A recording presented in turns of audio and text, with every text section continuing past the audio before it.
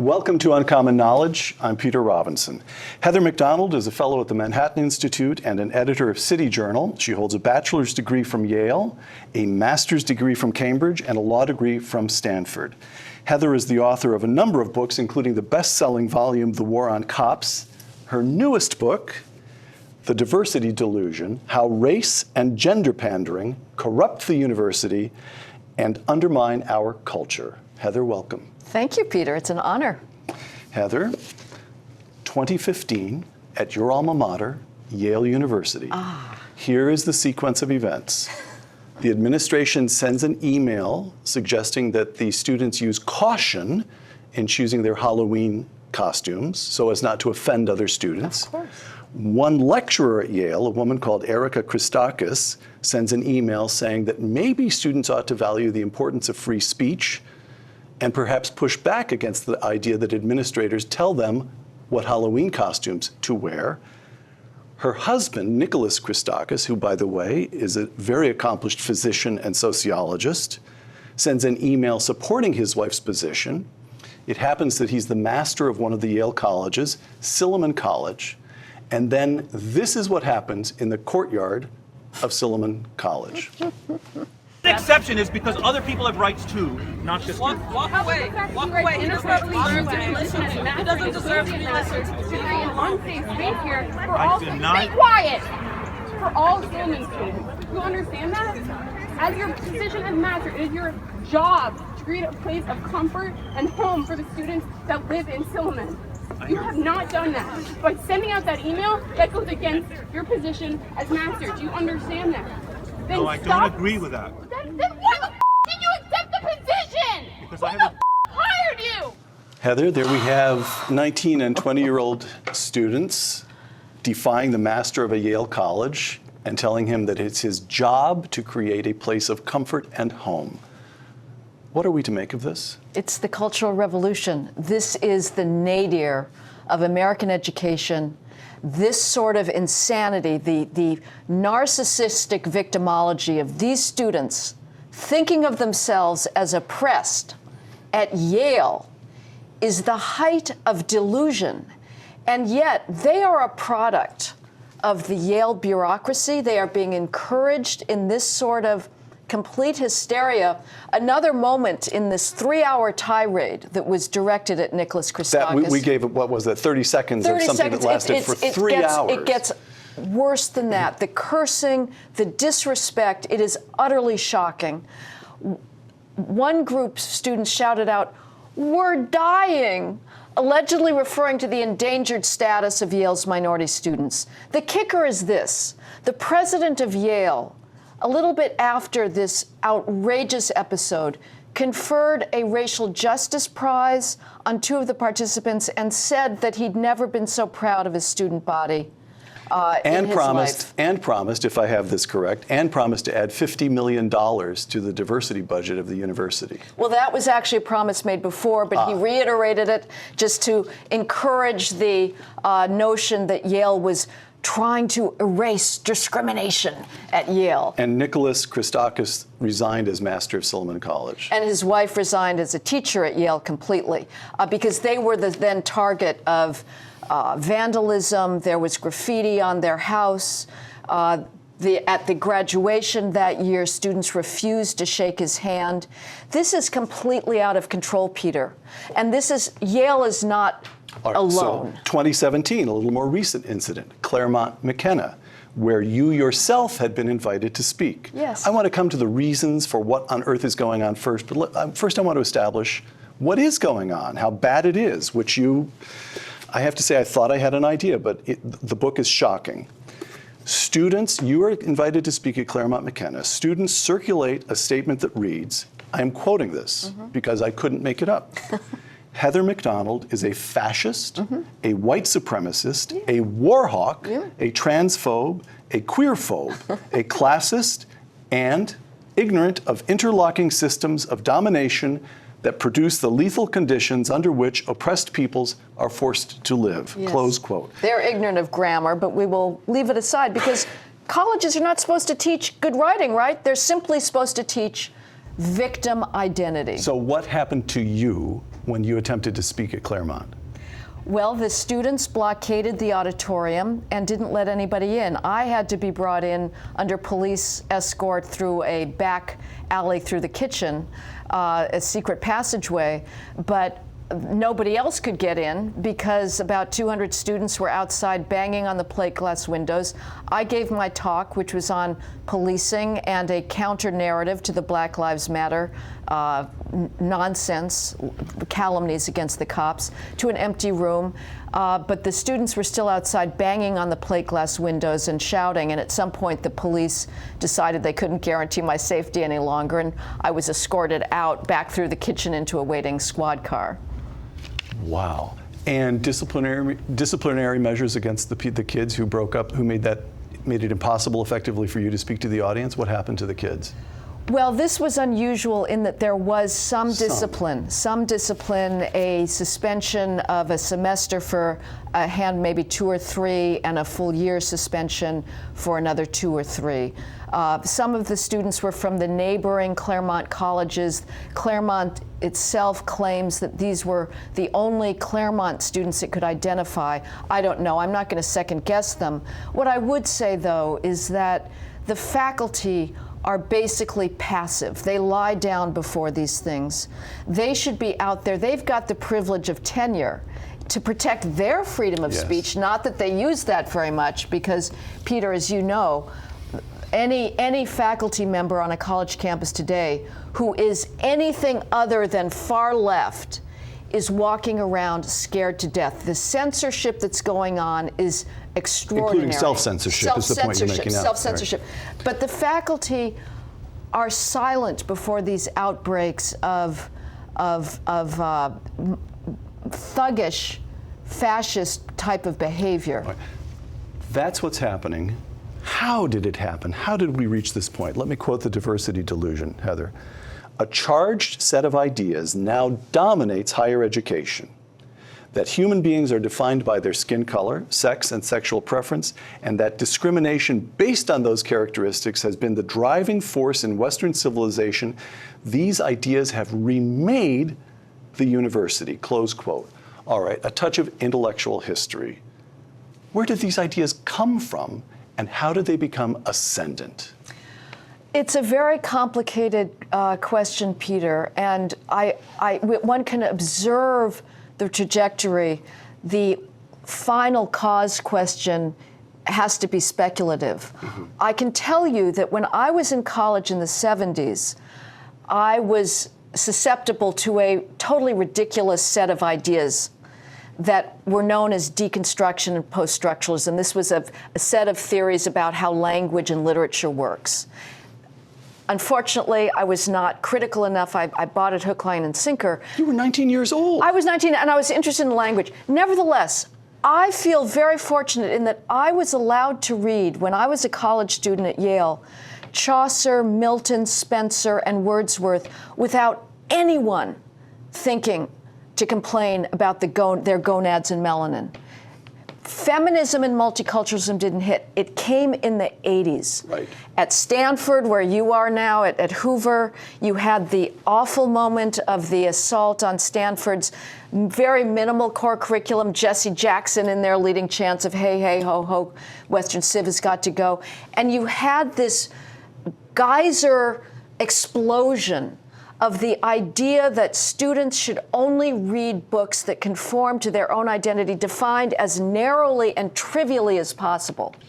Heather, distinguish between the student radicalism of the 60s and what's taking place today. I find in conversation with friends, there's a little too much willingness to shrug the shoulders and say, oh, well, they're just students. We've gotten used to that kind of the place. Universities are a place for a certain amount of craziness, and that's been going on for half a century. But this is different. Well, it's the same in that, I think the problem with the 60s is one can make a facially plausible argument that there was grounds to protest the Vietnam War. Right. I'm agnostic on that. I'm not going to take a side. But that was an idea that had some validity. So, a broken clock is right twice a day. Every so often, student protesters are right. Usually they're not. Usually they don't deserve any attention. Why should I listen to student protesters about capitalism? They've never had a job. They've never run a business. They know nothing about what it's like to try and master a supply chain, to try and understand supply and demand and customer demands. This is an act of entrepreneurial courage that none of these students have. Nevertheless, in the 60s, we all thought, the students, they are tribunals of truth. And from then on, we glorified student protest. And so when it rose up again in the 80s, around these narrow ideas of student victimization, which again is delusional. There's no more privileged human being in history than a college student because he has at his fingertips the thing that Faust sold his soul for, which is knowledge. We still glorify this and say, well, if students at Yale and Princeton say they're victimized by racism, we better do something about it. Right. The diversity delusion takes up topic after topic after topic. We don't have time for all of them, alas, but here's one, affirmative action. Again, I'm quoting the diversity delusion. This is your argument, strong argument here, a growing body of empirical evidence is undermining the claim that racial preferences in college benefit their recipients. That is to say, affirmative action may not do any good at all anyway. Right. Explain your argument. Absolutely. And this, to me, is the most powerful argument against racial preferences. I'm frankly fed up with the traditional Supreme Court jurisprudence. I think it's incoherent. They should just junk it. The real argument against racial preferences, as far as I'm concerned, is that they harm their alleged beneficiaries. When you put a student in an academic environment for which he is not competitively qualified, you're putting him at a disadvantage. We can take this out of the race realm entirely. Right. Let's say that MIT decides it needs to boost its gender parity, right, which it is doing all the time when it comes to faculty, and admits me with a 650 on my math SATs on an 800-point scale. Everybody else at MIT, however, has scored 800s. Right. They've gotten a perfect score on their math SATs. What's going to happen to me my first year when I have not aced advanced calculus? 650 is a pretty good score, but you're going to feel stupid. It's a standard deviation away, and I am going to struggle. I am not going to be able to keep up in those classes. Right. And I face two choices. I can either say I was admitted to a school for which I was not prepared, or I'm in a rape culture, and I'm surrounded by microaggressions and patriarchy. And let's move this back into race now. There's not a single selective college in the country, Peter, that is not employing vast racial preferences to admit black students because the skills gap is so great. That's what's driving a lot of this victimology, is students are being brought in, they can't compete, and they end up blaming phantom racism for their intellectual and psychological difficulties. Heather, you discuss, again, the diversity delusion. You discuss a recent study at Duke. I'm going to quote this. There's a little bit of a setup here, but it's fascinating material. Quote, of incoming students who reported a major, more than 76% of black male freshmen at Duke intended to major in the hard sciences right. or economics, hard material. But more than half of those would-be black science majors switched track. They moved from the hard sciences to softer disciplines, humanities, for example, so that by senior year, only 35% of black males graduated with science or economics degrees, while more than 63% of white males did. What is the significance of this? Well, if you believe what is now the reigning mantra in our society, which is the only good science is diverse science, now I think that's ridiculous, but that's now what's going on. If our goal is to graduate more black scientists, racial preferences work against that goal. If those students who'd been admitted to Duke, the black students, with over a standard deviation of gap in their entering freshman credentials, had gone instead to North Carolina University, a perfectly respectable yes. school, for heaven's sakes, where they met the qualifications of their peers, they would stand a much greater chance of graduating in good standing with a science degree. What I find extraordinary about this entire discourse about racial preferences, those who justify it from universities, is its rank snobbery and elitism. The idea is, if you're a black student, you can only succeed if you go to the elite schools. That heaven forbid, in the University of California, the voters, in their wisdom, tried to ban Prop 209, right? racial preferences. The university twisted itself into knots to try and evade them. And you would have things like the chancellor of UC Berkeley saying, but where will we get the leaders of tomorrow if we don't have racial preferences? Implying that anybody who graduates from University of California, Riverside, say, or Santa Cruz, his Which are life is actually over. very good Very good schools. schools. His life is over. If it's so inhibiting and handicapping for a black student to go to UC Riverside, why should anybody go? Why don't we close down all these second and third tier schools so everyone can go to Harvard and UC Berkeley? So, all right. So let me. Is this an accurate summary? Many students, we've been discussing African Americans, who are brought in on the basis of racial preferences, do have a charge to make against their universities. Yes. They have been brought into institutions in which they cannot succeed Right. with the ease or aplomb of their white counterparts in order to make the overwhelmingly white liberals who run those universities feel good about themselves. They have actually been put at a material disadvantage for the sake of some liberal idiot. Is that right, or have I got it wrong? Am I overstating the case? No, you have They stated have a reason it to be perfectly. angry. They have a reason to be angry. Well, they won't see it this way, but it is a diabolical system. It is now a completely self-perpetuating, it's a perpetual motion machine of grievance. It's uncanny the way the preference regime interacts with the diversity bureaucracy so that you are generating a steady supply of students. There was these wave of Black Lives Matter protests in 2015 on college campuses. Right. Every college issued the demands, and these were collected. You can still find them on the web. What was very odd when I first started reading them, until I figured out what was going on, school after school, these black students are saying, we need more mental health resources. And you thought, really? What's going on there?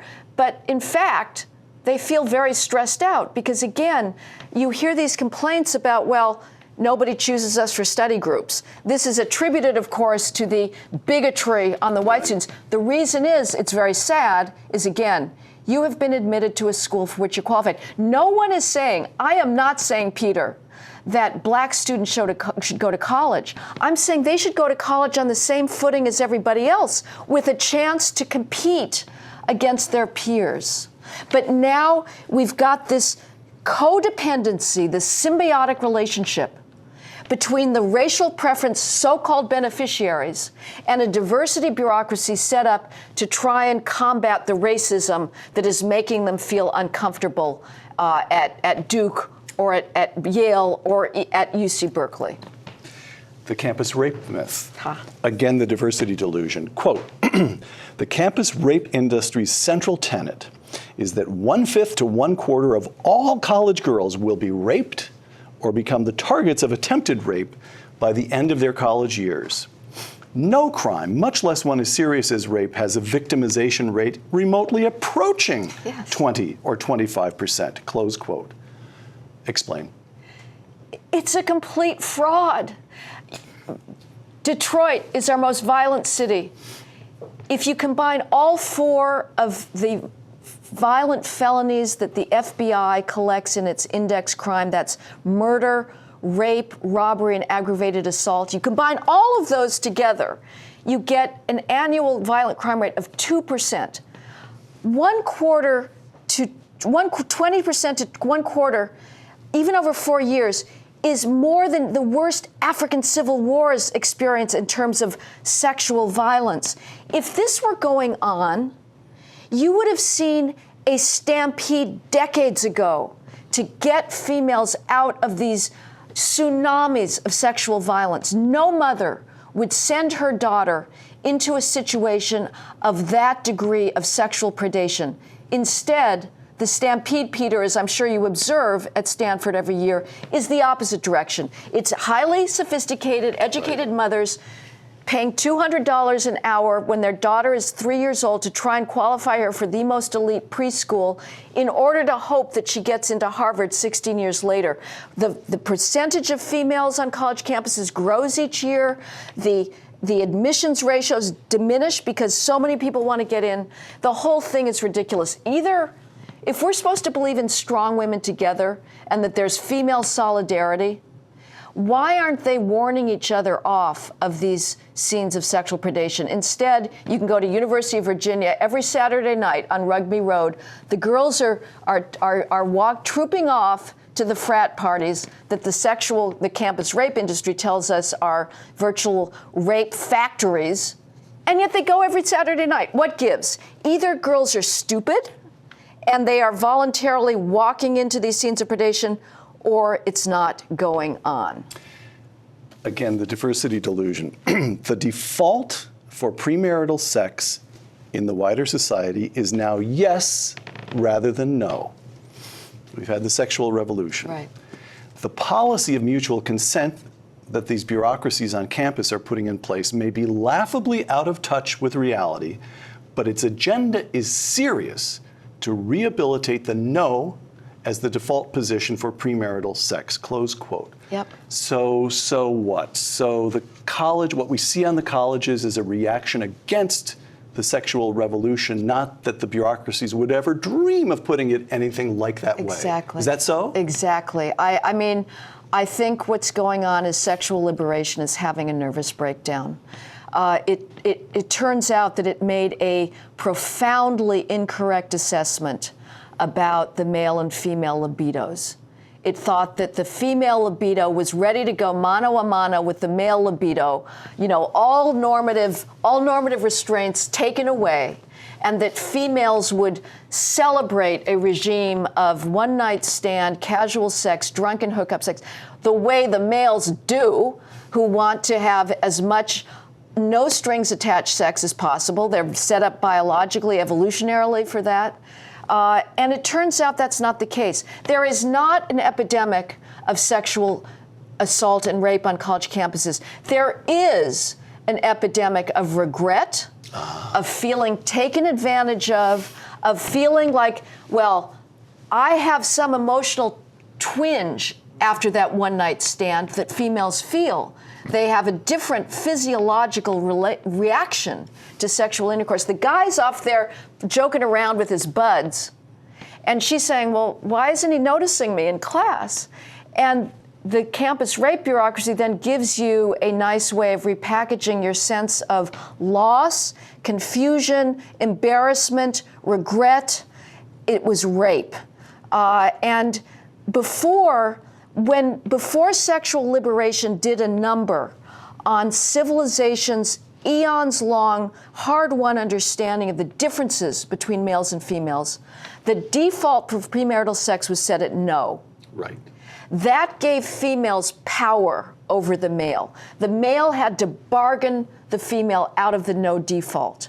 Sexual revolution turned that around. The default is now yes, and it's up to the female to argue her way into a no, and that is tough. And a women lot of are sick of that. Yeah, they're sick of it, and they just say, oh, well, it's a lot easier to just say yes than to have to provide reasons why not to have sex. But the weird thing is, the sexual liberation on campuses began with a demand, get the bureaucrats out of our bedroom. We want to have all the coitus we want unsupervised. Now, these same students are asking the bureaucracy to write 40-page, extremely complicated rules for sex, which is the very realm of the chthonic and irrational. And Heather writes of her fellow conservatives in the Diversity Delusion, conservatives display exasperation at sex regulations for taking the fun out of college sex. Conservatives get this wrong. Yes. In fact, taking the fun out of college sex is the only upside to the whole sordid situation. That's true. There's no downside. I get and I agree that the campus rape tribunals are kangaroo courts and males are being railroaded. Nevertheless, just as a girl can avoid 100% what is now characterized as campus rape by not drinking herself blotto and getting into bed with a guy she doesn't know and taking off her clothes, a guy can also almost 100% avoid being accused falsely of campus rape by acting with chivalry and as a gentleman. You walk your girlfriend home at night, you kiss her goodnight, and you go home to your own room and you write her a love poem at 2 a.m. There is no downside if this campus rape hysteria and the crusade against males results in a sudden increase in abstinence. It's not as if we're like over-regulating production of natural gas. I'm going to read this because it may be my favorite quotation in the entire book, which is full of marvelous writing. The solution is not more complex procedural protections cobbled over a sordid sexual culture. The solution is to reject that culture entirely. Society has no interest in preserving the collegiate bacchanal. Should college fornication become a rare event preceded by signing contracts, maybe students would actually do some studying again. Exactly. By the way, there must be some special award somewhere for the last unselfconscious use of the word fornication. I'm sure that's going to get me a hate crime accusation somehow. Heather, last questions. Affirmative action. The Supreme Court's ruling in the 2003 case, Grutter versus Bollinger, Justice Sandra Day O'Connor, now long retired, but she wrote for the majority in that case, quote, "The court expects that 25 years from now, the use of racial preferences will no longer be necessary." Now that we're more than halfway through that 25-year period, do you see any sign that universities are backing away from the use of racial preferences? No, they're fighting tooth and nail to preserve this. The presidents want to feel noblesse oblige, that but for their racial preferences, they wouldn't look out over their marvelously diverse realm. It makes them feel superior to redneck America, that they believe it's composed exclusively of deplorable bigots. And the sad fact is that the driving force behind all of this, which is the academic skills gap between blacks and whites, has not closed. The average black 12th grader still reads at the level of the average white 8th grader. That is really a problem, Peter. And but the solution is not preferences in college. There's got to be a cultural revolution in the black home that puts a priority on education that we see with Asians. They're whooping everybody's ass because they are so single-mindedly focused on academic accomplishment. Actually, use that. I didn't write it down, but you have in the book, I'll remind you, and then you take us through it, the mind experiment, the thought experiment, rather. Give us that thought experiment. Well, this is the claim that everything we see today, every racial disparity is the result of discrimination. That's the left-wing explanation for all things in the world is structural inequalities are a result of structural racism. The conservative view, in my experience, is more likely to say behavioral choices, personal responsibility. So I pose this thought experiment. If for 10 years, blacks acted like Asians in all things relevant to both academic and economic success, starting at a young age forward, if black children attended school, now the truancy rate is 5 times higher for blacks and for whites, attended school at the same rate of Asians, studied at the same rate of Asians, did not have children out of wedlock, waited until they were married before having children, did not get involved in gangs, crimes, drugs. So they acted like Asians in all things. If after 10 years of that, we still saw the racial disparities that we do, then it is time to look for a structural inequality, to look for a ubiquitous racism explanation. But right now, when the behavioral disparities are so glaring and so obvious, it is woefully premature to say that what's going on here is implicit bias or explicit bias. The diversity delusion on faculty. The professoriate is tongue-tied when it comes to promoting the wonders of its patrimony. These privileged cowards can't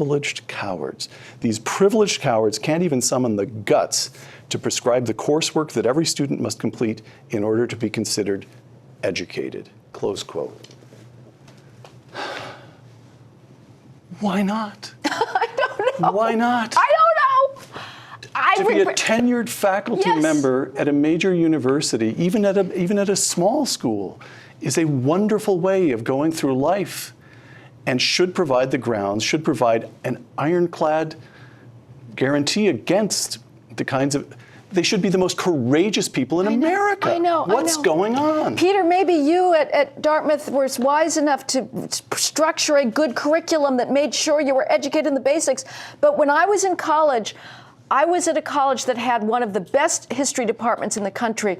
Those professors did not have the guts to tell me, you're not getting out of here until you study history. And so I didn't.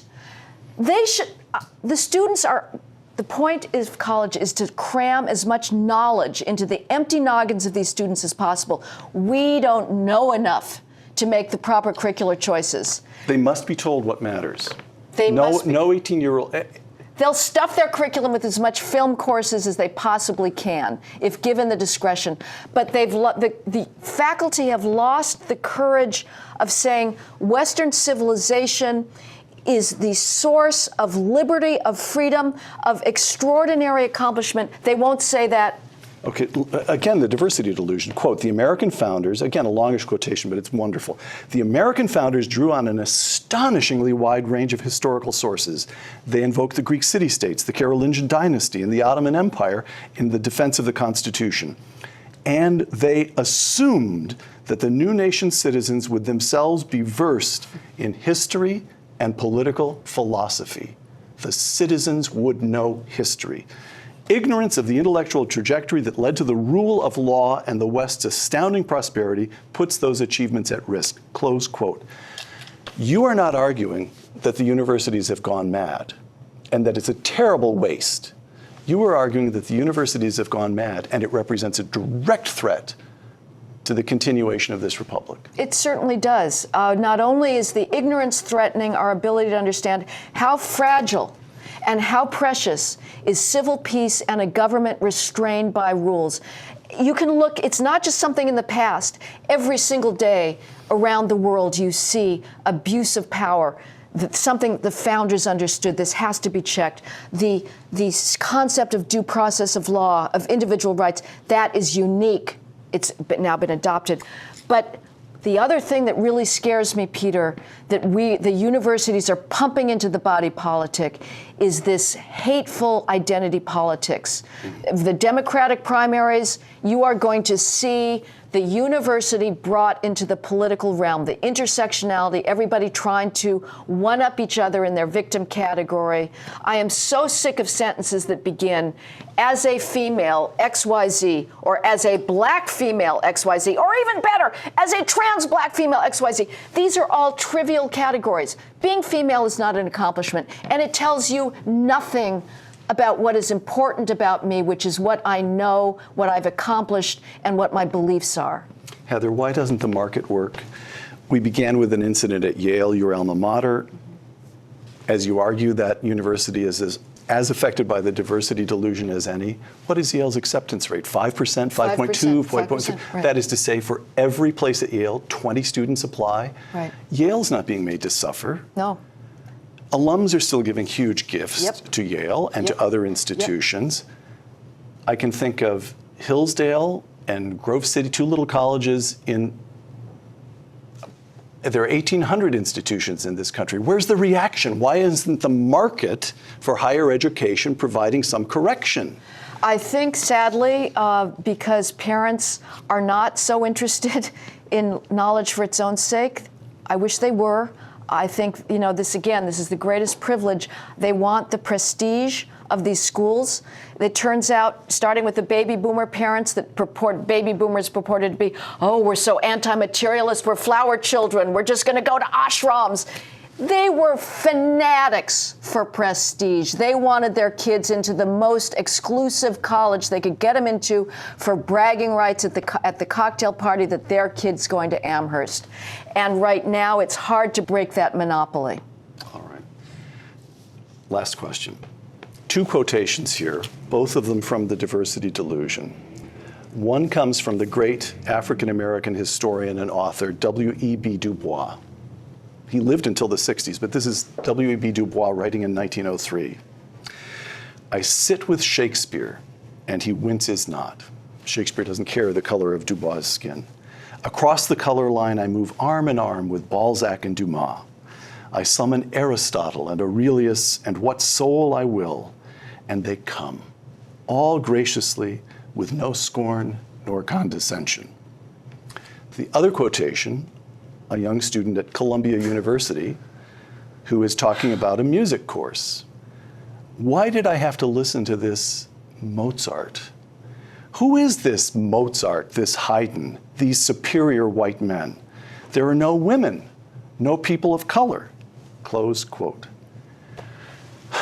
What does Heather McDonald have to say to that young woman at Columbia? Well, my heart is broken by both quotes. My heart is broken by the first quote, to think of that man living in America's darkest period of hate that nevertheless understood that ideas were liberating and was willing to claim as his own the Western legacy, as was his right. And my heart is broken by the ignorance of this girl who has been encouraged in that thinking by the bureaucracy, by the faculty. She is destroying the greatest opportunity that a human being ever had, to lose herself in beauty, in greatness, in sublimity.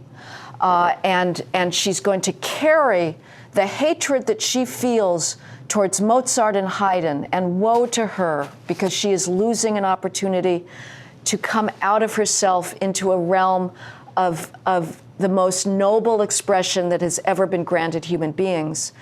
But she's going to carry that hatred with her into civil society. And I think, Peter, without sounding apocalyptic or extreme, I think we are playing with fire. We are putting civil peace at jeopardy, because it is impossible to overstate the degree to which students are being taught to hate, not just Western civilization, but each other. I said that was the last question. I told a lie. I have one more question for you, Heather. I read earlier this petition that was put together when you spoke at Claremont, McKenna, and said it was ungrammatic. It was ungrammatically false. Right. Every charge was false, that you were fascist. Nevertheless, horribly ugly. Mm-hmm. You get there, students pound on the window so that you can barely speak. And if you look at some of the comments, you skim around the web and look at this beautifully researched, beautifully written book, The Diversity Delusion, there are people who are calling you horrible names. Yeah. What keeps you at it? I believe in Western civilization. I believe in these books. If we stop reading them, they die. If we stop reading Trollope and Milton and Shakespeare, they die. It's on us. We have to keep. Education is the passing on of an inheritance from one generation to another, and we have to keep these books alive. It's on us. Heather McDonald, author of The Diversity Delusion, thank you. Thank you so much, Peter. For Uncommon Knowledge and the Hoover Institution and Fox Nation, I'm Peter Robinson.